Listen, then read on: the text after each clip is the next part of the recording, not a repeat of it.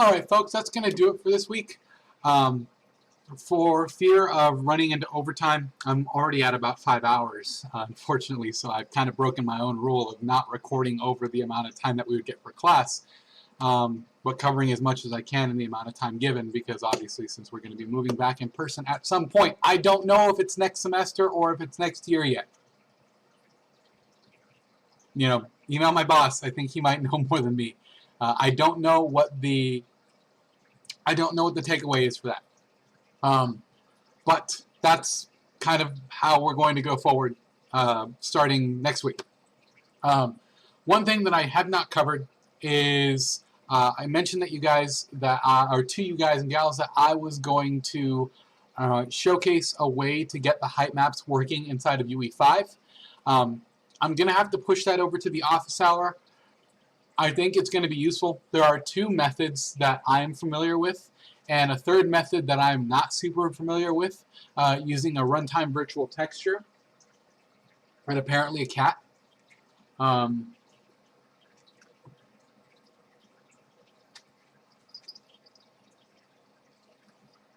Using a runtime virtual texture and a cat. I am not too super familiar with the RVT method right now. I'm told that a team is going to be making a plugin that makes it so that height maps work again by streamlining the process. Setting up real-time or runtime virtual texturing is actually not an easy thing. It's not as simple as it sounds. It works on paper, but it doesn't necessarily work the way that you think. And so far my tests have been kind of meh. I can't always get the result that I'm looking for, and I can't really explain what it's doing. So I'm going to forego that. But for the office hour, I think it will behoove me showing you guys pixel depth offset. It's another method that you guys can use to generate height. I'll be demoing that during the office hour. I've already have a note right here for it. And I'm going to be demoing the modeling method, which is by using the modeling tools editor mode. So if you want to explore and experience it for yourself, you can go ahead and pop into plugins, which is what I did. Should be under edit plugins. And what I'm going to do is I'm going to enable this. It's in beta version, might be unstable, blah, blah, blah. Do you want to enable the plugin? Yes, I do. Now, it needs to restart. I'll be right back. To be able to make this, as you can see, we have, let me go ahead and drag you guys into the scene here. That is physical mesh displacement, and we can see that it's being processed by nanite. And we can see that we're getting a good result here. We've got a material mask, we've got our overdraw, we've got all of our triangles. You can see how many triangles this is, because it doesn't show up in nanite anymore, or excuse me, in wireframe anymore. But this shows up as a nanite mesh. That runs pretty well. Not on my older card, obviously, but it runs pretty well when you are using a displacement map and nanite combined. So the cool thing about this is you can then continue to say tile. Let me go ahead and set up my tile position here to maybe 100.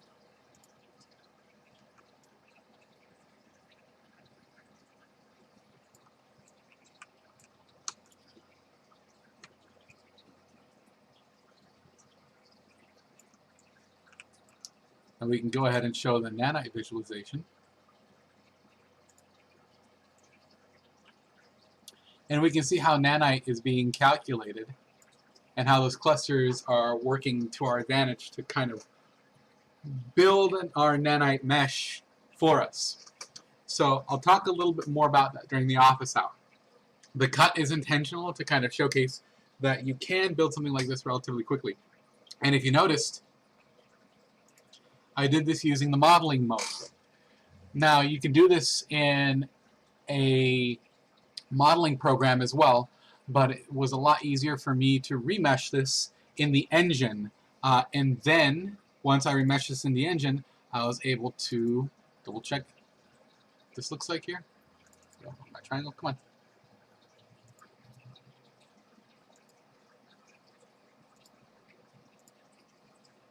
once I had this in the world with all its displacements here, I was able to very easily compute this into a nanite mesh.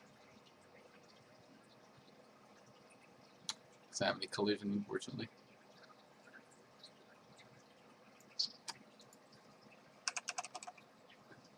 You see under nanite settings, right here.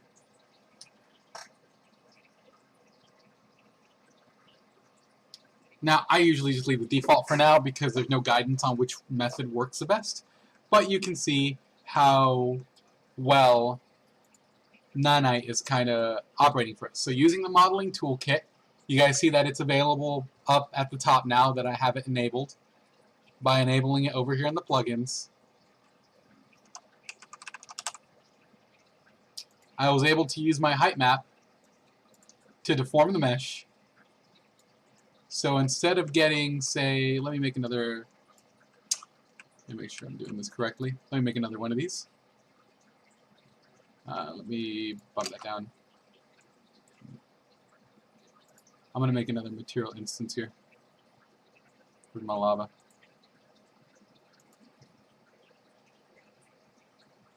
I'm not going to name this correctly. I'm just going to leave it with the inst name. And I'm going to correct the scaling for it.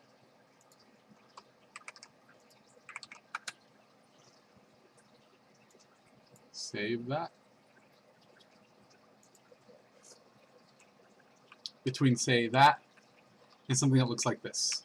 I'm going to go ahead and delete the other tiles here so we don't have to get distracted too much by them. But you see kind of the difference. Grab the material instance there.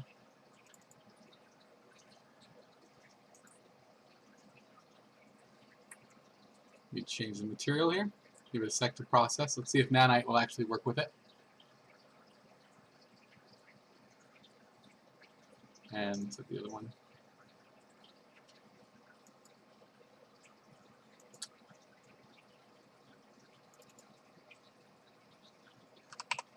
Just bump that up a little bit more. There we go.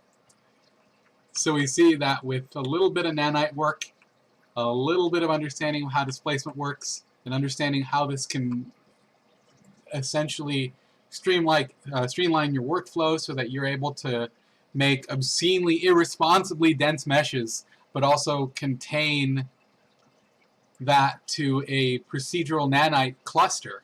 That's what makes this incredibly useful. In fact, I'm going to hit F9 because I'm going to save this so I can show you guys during the office hours. That's going to be awesome. All right, that's saved. All right, guys, let me go ahead and minimize here. And, well, you know what? I'll do the outro from here. I know I just was going to do the outro in this, but it's already been like 8 minutes, so... Alright guys, that's going to do it for this week. Stick around for the office hour. There will be a video that talks about how to make this. There are two methods. I'm going to do parallax occlusion mapping as well. That's going to take a little longer to set up, and then this takes about 5 minutes to set up. So it really just depends on what you want to try to do and how you want to try to approach this. I think a lot of people will be more interested on this. Sadly, I'm out of time for today, but I am going to cover it on Thursday for the office hour this week. I think you guys will like it. I think it'll be nice to kind of showcase it, and I think people will really kind of appreciate how ultimately you can get like this really, really good high-resolution detail with just a little bit of work, and it plays fairly well. As you can see, this is thousands of polygons, and we're actually running fairly well. And I'm on a 970, so what does that tell you? And we've got emissive glow, and we've done all the things, and we've gone into Subs Designer, and I showed you guys a primer on that. I'll talk about Pixel Mixer as well in the office hour. I don't know its usefulness. This is going to say goodbye to the materializing process of this particular course. But yeah, I would imagine that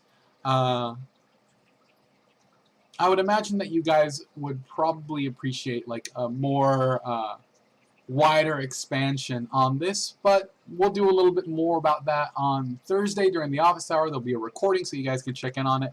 For those of you guys who are still wondering about last week's recording, go ahead and check that out. That's already live. It's posted at the very end. It's at the very bottom, and it should be fairly straightforward. And yeah, that's thereabouts it for this week. I hope you guys enjoyed the demo. I hope you guys enjoyed the homework demo. Make that glass. That's going to be homework. It's only going to be simple. It should take you about 30 minutes to do. Once you put it together, that should kind of wrap everything up. And then this is going to be extra stuff. So everything that I covered today is just kind of wrapping up the elementary stuff about materials that I think everybody should be leaving this particular section with. But there's not really a whole lot of homework dedicated to it. I still think it's good to kind of cover the basics, what you guys did last week, and some of the more advanced concepts I think have been more apparently made this week, and how you would make a texture, what the textures do, how you make UV independent textures. We covered everything that I needed to, that I feel necessary for the beginner's course. This is getting into intermediate territory where you already have people who can make textures, and now we're making them work with nanite, but you guys get a taste of it right at the get-go. I will see you guys next week, as always, for the same stuff. Remember, expect the drop on Tuesday next week, not on Monday. I've got another project that's starting, and if there's any questions, go ahead and post them in the Discord. I'll get to them when I can, and I'll see you guys next week. Take care of yourselves and each other, and if you do drive safe. Be good.